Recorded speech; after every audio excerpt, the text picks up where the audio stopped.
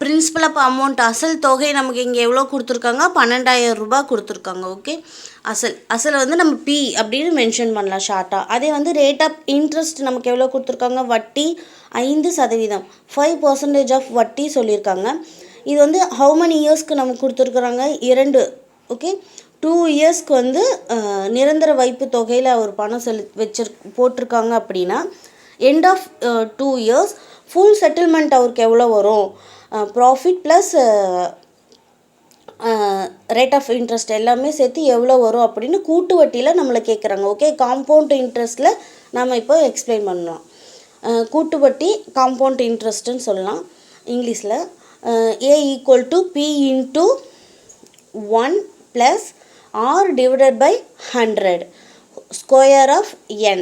Okay, இப்போ நமக்கு இதில் வேல்யூவில் ஆல்ரெடி எல்லா வேல்யூ கொடுத்துட்டாங்க. P எவ்வளோ 12,000 கொடுத்துருக்காங்க, R எவ்வளோ கொடுத்துருக்காங்க 5% கொடுத்துருக்காங்க, n அப்படிங்கிறது இயர். ஓகேவா, இப்போ வந்து நம்ம 2 இயர்ஸை வந்து இது வந்து 1 இயருக்கு உண்டான ஃபார்முலா தான். ஸோ வந்து ஒவ்வொரு வருஷத்துக்கு எவ்வளோ வட்டி அசல் வருது அப்படின்னு நம்ம வந்து இப்போ கண்டுபிடிக்கலாம். இப்போ P ஈக்குவல் டு Pங்கிறது 12,000, அப்போது 12 இன்ட்டு 1 ப்ளஸ் ஆறுங்கிறது 5 டிவைடட் பை 100. ஒரு ஃபஸ்ட் இயர்ஸ்க்கு மட்டும் நம்ம கண்டுபிடிக்கலாம். அப்போது வந்து n வந்து 1 பவர் ஆஃப் 1ன்னு போட்டுக்கலாம். இப்போ வந்து இங்கே 1 ப்ளஸ் 5 டிவைடட் பை 100ன்னு இருக்கிறத வந்து டினாமினேட்டில் இருக்கிறத வந்து மல்டிபிள் பண்ணி ஆட் பண்ணலாமா.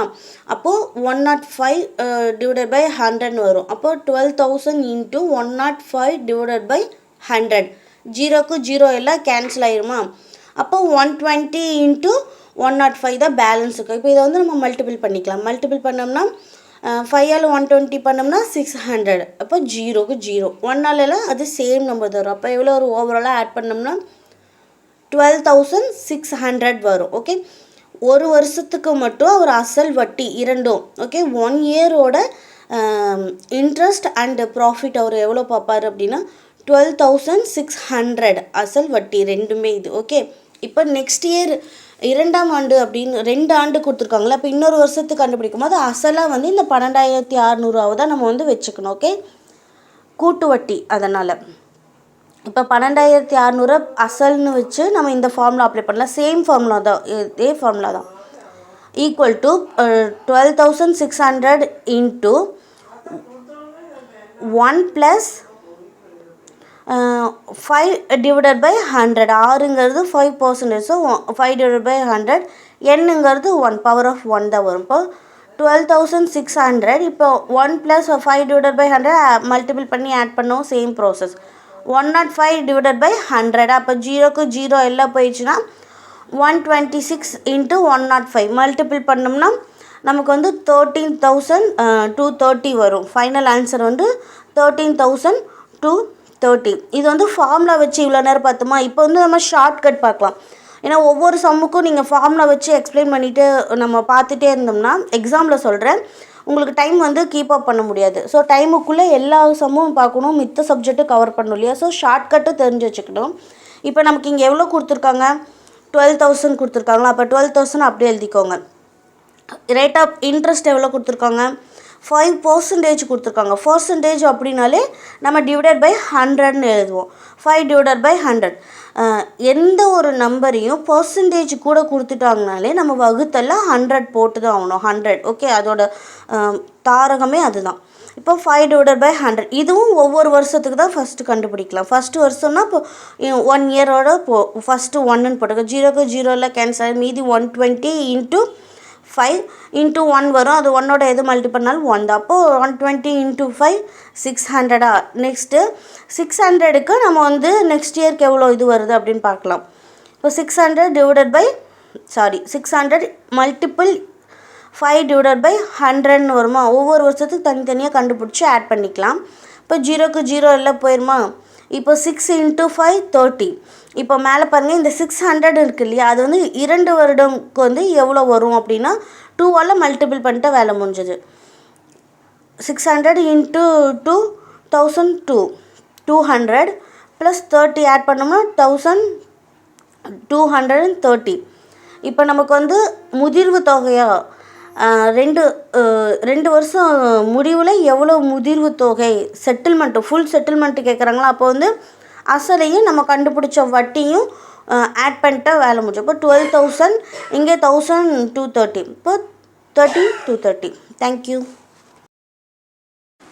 இந்த சம் பாருங்கள், தனி வட்டிக்கு கூட்டு வட்டிக்கு இடைப்பட்ட வித்தியாசம் என்னன்னு பார்க்க போகிறோம். ஓகேவா? இப்போ நமக்கு பிரின்சிபல் ஆஃப் அமௌண்ட் அசல் எவ்வளோ கொடுத்துருக்காங்க, 10,000 ரூபாய். ரேட் ஆஃப் இன்ட்ரெஸ்ட் எவ்வளோ சொல்லியிருக்காங்க, வட்டி விகிதம் வந்து 15% வட்டி விகிதம் சொல்லியிருக்காங்க. எத்தனை வருஷத்துக்கு எத்தனை இயருக்கு இது சொல்கிறாங்கன்னா 3 இயர்ஸ்க்கு வந்து இது வந்து 10,000 ரூபாய்க்கு 15,000 வட்டின்னு 3 வருஷத்துக்கு வந்து வட்டிக்கு விட்றாங்க. அப்படின்னா தனி வட்டிக்கு கூட்டு வட்டிக்கும் இடைப்பட்ட வித்தியாசம், ஓகேங்களா, டிஃப்ரென்ஸ் தான் கேட்காங்க. டிஃப்ரென்ஸுக்கு உண்டான ஃபார்முலா என்ன, P into R divided by 100 square into N plus R divided by 100. ஓகேவா? நம்ம ஆல்ரெடி எல்லா சம்லேயும் பார்த்தது தான். பிங்கிறது என்னது, அசல். ஓகேங்களா?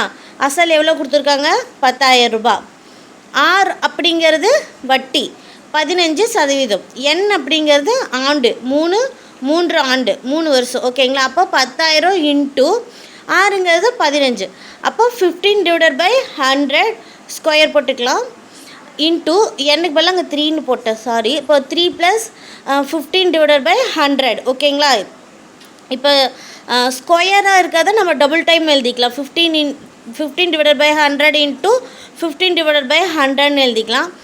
இன்ட்டு 3 ப்ளஸ் 15 டிவைடட் பை 100 இருக்கியா, அதை வந்து நம்ம என்ன பண்ணுவோம், 3 டினாமினேட்டர் இருக்கிறத மல்டிபிள் பண்ணி நியூமரேட்டரோட ஆட் பண்ணுவோமா.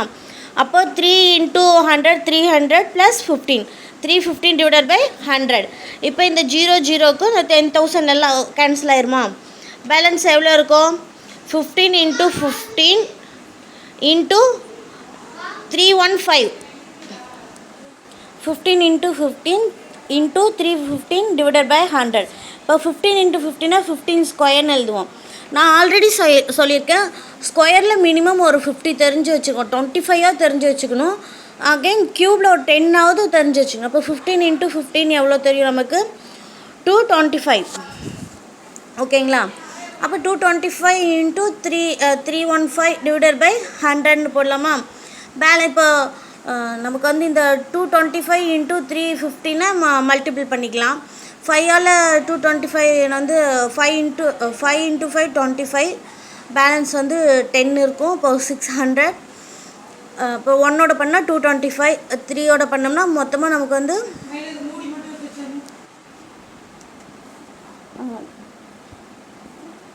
கொஞ்சம் மல்டிபிள் பண்ணும்போது கொஞ்சம் கரெக்டாக தெளிவாக பண்ணிக்கலாம்.